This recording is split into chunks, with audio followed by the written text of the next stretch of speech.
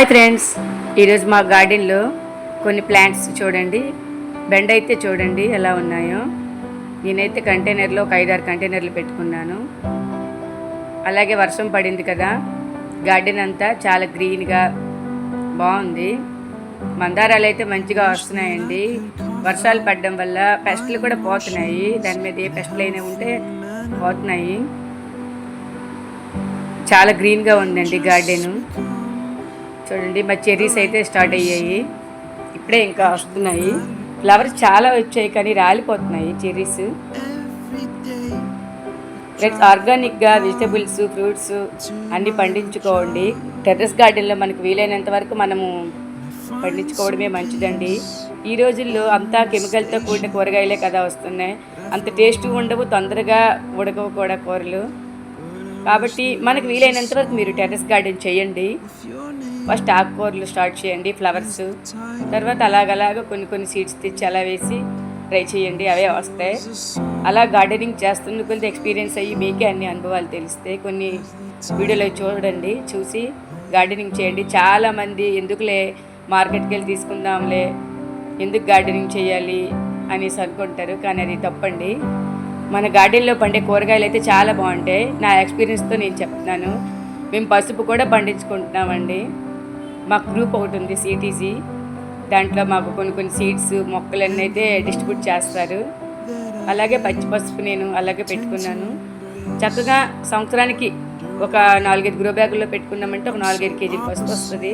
అది మనకు 1 year అంతా సరిపోద్ది కదా. ఆర్గానిక్గా పండించుకునేది ఏదైనా మనకి మంచిదే కదా. డబ్బులు ఇస్తే దొరకవా అని అనుకుంటారు, కానీ కాదు, ఆర్గానిక్ దొరకదు కదా మనకి. ఇప్పుడు ఉన్న సిచ్యువేషన్లో మాత్రం ఆర్గానిక్ వెజిటబుల్స్ తీసుకోవడమే మంచిదండి. మన ఫ్యామిలీకి అయితే మనము కూరగాయలు మనం పెంచుకోగలం కదా. జస్ట్ ఏవైనా మనకు దొరకవన్నప్పుడు మనం బయట నుండి తెచ్చుకోవచ్చు.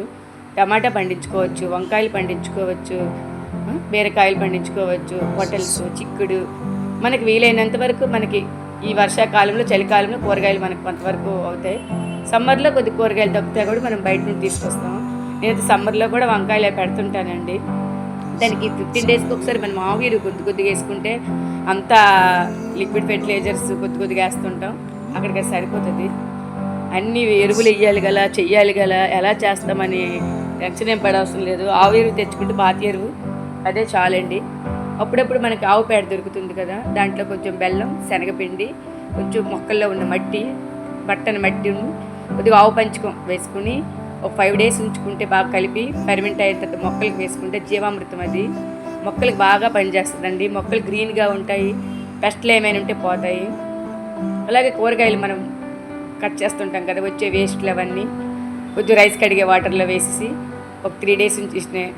మళ్ళీ ఫ్రూట్స్ తొక్కలు ఏవైనా, పోయిన ఫ్రూట్స్ ఉన్నాయి, పోయిన అరటిపళ్ళు ఉన్నాయి, మనం దేవుడి దగ్గర పెట్టుకున్న అరటిపళ్ళు ఏవైనా ఉంటే మనం తినకపోతే, తమలపాకులు ఏవైనా ఉంటాయి కదా, ఇవన్నీ కూడా మనం రైస్ వాటర్లో 3 days ఉంచి ఆ వాటర్ని మనం కొద్దిగా ఎక్కువ వాటర్లో కలిపి మొక్కలకు పోసుకునే మొక్కలు మంచి ఆరోగ్యంగా పెరుగుతాయి.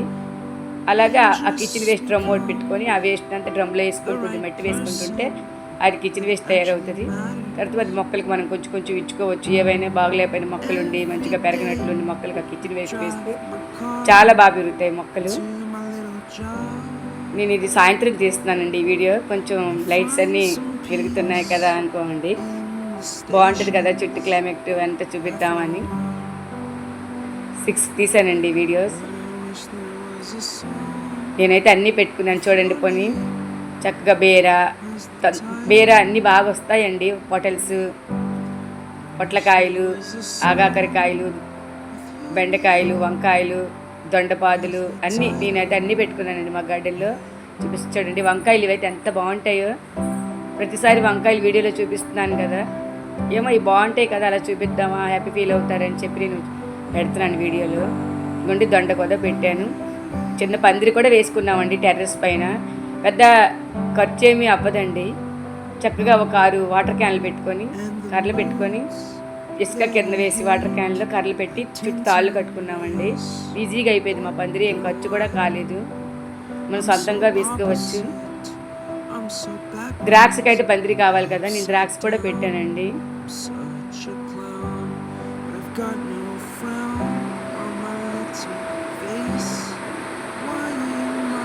ఫ్రెండ్స్ ఎవరైనా టెర్రస్ గార్డెన్ చేయకపోయిన వారు ఉంటే తప్పకుండా టెర్రస్ గార్డెన్ మాత్రం చేయండి. చేసాక మీరే అనుభవంగా చెప్తారు, ఓహో చేసాము బాగుంది అనేసుకొని.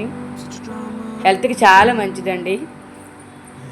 మనకి ఉదయం సాయంత్రం 2 పూట్ల మనకి వాకింగ్ అవుద్ది. మంచి మంచి ఫ్రూట్స్, కూరగాయలు, పండ్లు, ఫ్లవర్స్ అన్నీ మనం తీసుకోవచ్చు సొంతంగా. ఎవరో చేస్తున్నారులే మనం చేయలేము అనుకోకండి, ఎవరైనా చేయగలరు. చెయ్యాలని ఇంట్రెస్ట్ ఉంటే చేయగలం. చూడండి డ్రాగన్ కూడా నేను పండించుకుంటున్నానండి. మా ఊర్లో ఇంకెవ్వరి దగ్గర కూడా డ్రాగన్ అయితే ఉందో లేదో నాకు తెలియదండి మా పర్లాకింలో. కానీ నేను మాత్రం ఒక 15 ప్యాకెట్స్ మాత్రం పెట్టానండి. మీషోలో తెప్పించాను స్టెమ్స్, వైట్, ఎల్లో, పింకు. కానీ ఇప్పటి వరకు మాత్రం పింకే వచ్చిందండి. చూడండి గులాబీలు అన్నీ నేను చక్కగా స్టాండ్లు పెట్టుకొని ఒక 5 డేస్కి 6 డేస్కి ఇలా తుడుచుకుంటూ క్లీన్గా ఉంచుకుంటూ మేడను టెర్రస్ ఏమీ పాడవకుండా చక్కగా మెయింటైన్ చేసుకుంటూ నేను గార్డెనింగ్ చేస్తున్నాను. ఫ్రెండ్స్ వీడియో అయితే అందరూ చూస్తున్నారు కానీ లైక్ కామెంట్ ఏం చేయట్లేదు, సబ్స్క్రైబ్ చేయట్లేదు. కొత్తవారు ఎవరైనా చూసినా పాతవారైనా సబ్స్క్రైబ్ చేయండి ఫ్రెండ్స్, లైక్ చేయండి. మీకు నచ్చినట్లయితే లైక్ చేయండి. మా గార్డెన్ ఎలా ఉందో ఒకసారి కామెంట్లో పెట్టండి. చూస్తున్నారు కానీ ఒక కామెంట్ కూడా చేయడం లేదు. చూడండి డ్రాగన్ అయితే చక్కగా ఇయర్ అయితే మాకు 30-40 పళ్ళు అయితే వచ్చాయండి. కష్టం గల చేయలేము అనుకోవద్దు, హ్యాపీగా చేసుకోవచ్చు. ఏమీ లేదండి, సాయిల్ మిక్స్ ఏం లేదు. కొద్ది వేపపిండి వేసుకొని పశువుల ఎరువు, ఎర్రమట్టి మిక్సింగ్ చేసుకోవచ్చు. దాంట్లో కొద్ది రైస్ ఉంటుంది కదా, అది కలుపుకుంటే గుల్లగా ఉంటుంది మట్టి, చక్కగా మొక్కలు పెరుగుతాయి. వేపపిండి వేయడం వల్ల ఏంటంటే మందార్లకి, కూరగాయలకి అన్నిటికీ పెస్ట్లు ఏమీ రావండి. క్రీపర్స్ కూడా చూడండి ఇప్పటివరకు నేను ఏమి స్ప్రే చేయలేదు, అయినా ఎక్కడ పెస్ట్లు ఏమి లేవండి. వేపపిండి వేసుకుంటే చాలు. ఉల్లి పుట్టును వేసుకోవచ్చు నానబెట్టి.